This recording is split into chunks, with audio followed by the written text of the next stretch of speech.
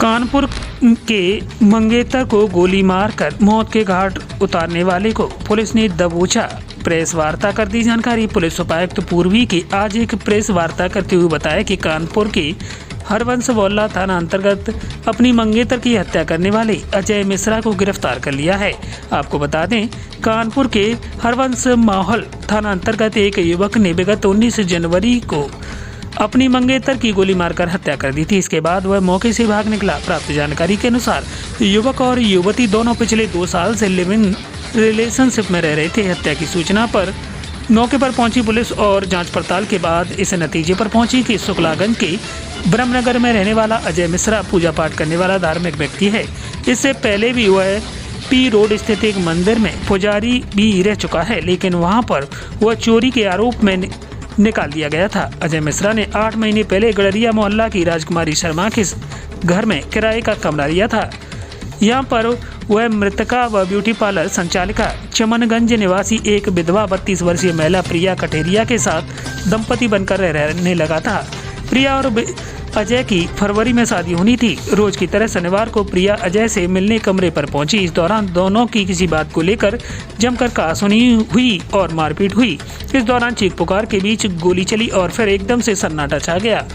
गोली की आवाज़ सुनकर मकान मालिक राजकुमारी ने कमरे में आकर देखा तो प्रिया खून से लथपथ हालत में पड़ी थी, जबकि अजय मिश्रा नंगे पैर वहां से भाग रहा था। सूचना पर हरवंश मोहल्ला थाने की पुलिस मौके पर पहुंची और प्रिया को गंभीर हालत में उसर्रा लेकर पहुंची। उसर्रा में जांच के बाद डॉक्टरों ने मृत घोषित कर दिया था। पुलिस की जांच पड़ताल में अजय ने बताया कि उसका प्रिया से अक्सर वाद विवाद होता रहता था, जिसके चलते आवेश में आकर के उसने प्रिया की हत्या कर दी। हरवंश मोहल्ला की पुलिस के द्वारा एक एक्यूज को अरेस्ट किया गया है, अजय मिश्रा करके। 18 तारीख की शाम को एक सूचना आई कि पति के द्वारा पत्नी को गोली मार दी गई है, और इस सूचना पे मैं और हमारे डीसीपी एसीपी सभी लोग मौके पे गए और प्रेमा फेसी जो जांच किया गया था, जांच हुआ कि जो अजय मिश्रा है ये इसकी वाइफ जो प्रिया थी उसको गोली मारा है। डिटेल जब पूछताछ की गई तो पता चला कि ये अभी शादी नहीं हुई थी और ये साथ रह रहे थे।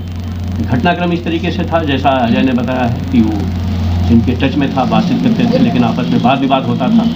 उसी वाद विवाद में इसने जो है हत्या करने का प्लान किया और उस दिन जो प्रिया आई थी यहाँ पे, इनमें आपस में फिर वाद विवाद हुआ और वाद विवाद में इसने उसको गोली मारी। और उस समय जब गोली मारी तो जब चिल्लाहट हुई वहाँ पे, तो जो मकान मालकिन है उनकी जो बेटी थी वो भागी, तो उसने इसको पहचाना, देखा और सीसीटीवी कैमरे में किया वो बातें। बाद में डिटेल में हम लोगों ने जब अस्पताल भिजवाया तो चूँकि इंजरी ऊपर से दिख नहीं रही थी, लेकिन अंदर चेस्ट पे इंजरी थी और डॉक्टर ने अस्पताल जाते ही उसको डेड डिक्लेयर कर दिया, तो उसकी मौत हो गई। क्या हुई? मौत हुई। परिवारजनों ने जो तहरीर थी उस पर मुकदमा काम किया है।